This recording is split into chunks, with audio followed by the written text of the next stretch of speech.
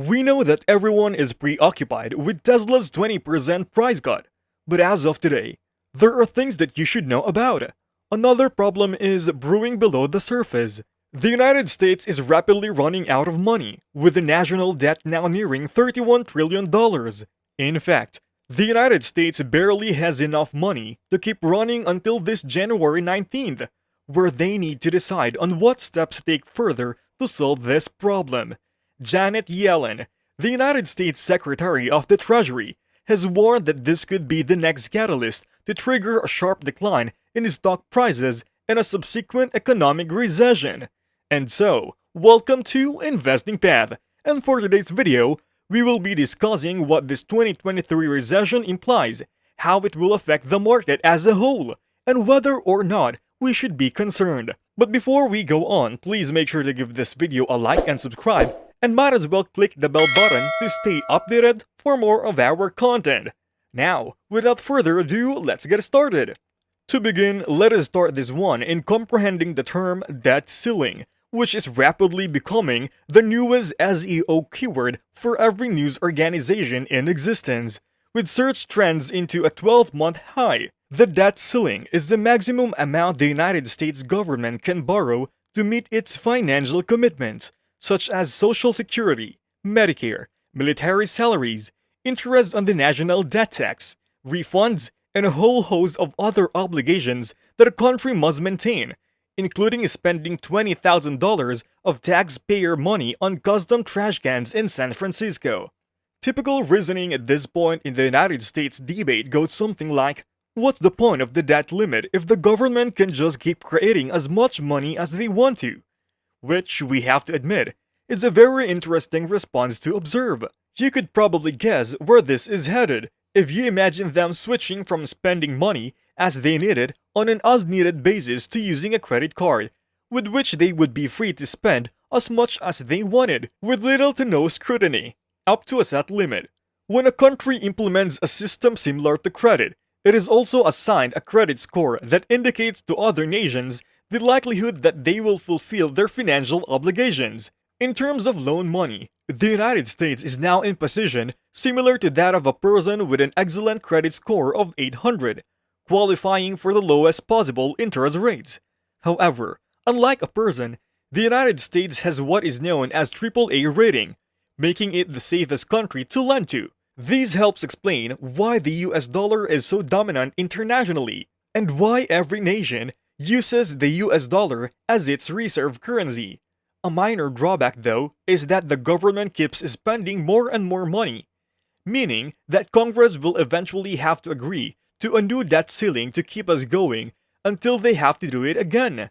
While the debt ceiling was increased by $2.5 trillion in December 2021, even though Congress could vote to raise the debt limit and keep kicking them can further and further down the road until eventually your grandkids have to deal with it.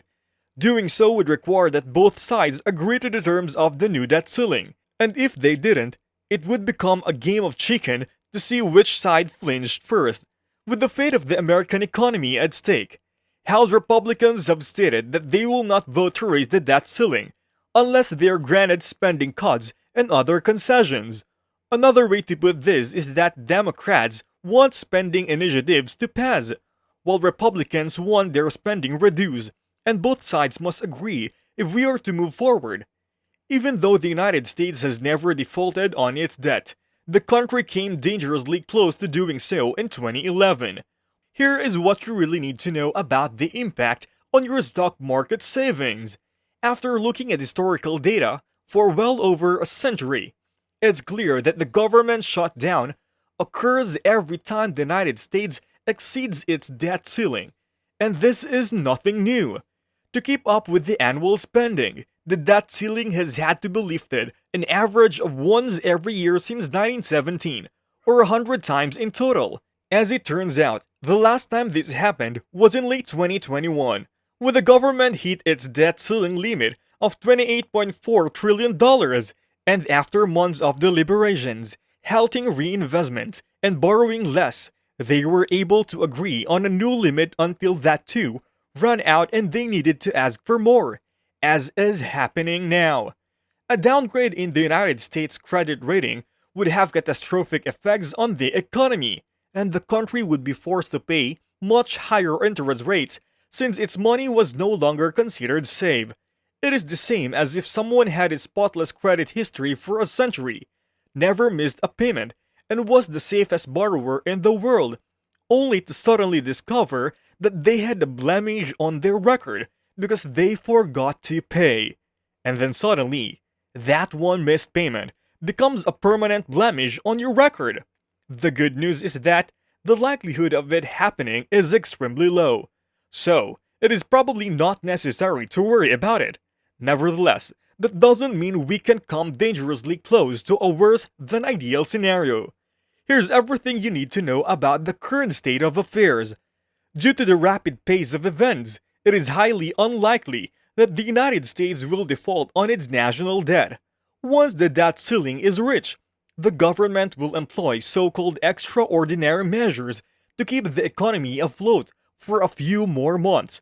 Prior to that, however, things start off much more gently as the Treasury says that they would initially suspend state and local government borrowing.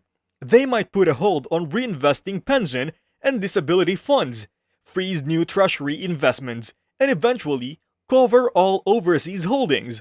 Pure coincidence with this is the government shutdown, in which they will suspend non-essential services in an effort to save money. These shutdowns are surprisingly prevalent even in the year 2020. The government has reportedly shut down 21 times since 1982, with workers furloughed 10 times. However, the default on their debt seems to be the main concern of the markets. Thus, this is the issue with which we must be most concerned.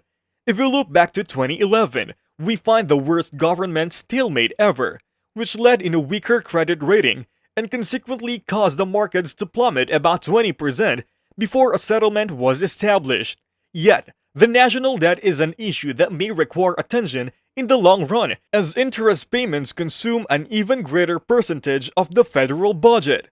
But since we are on the subject of government expenditure, we thought we'd share some examples of ridiculously wasteful programs we discovered while surfing the internet. To begin, in 2015, the federal government invested $1.3 million into researching methods for keeping beer cold in warm climates. Another $3 million was used to examine the effects of anabolic steroids on hamster fighting.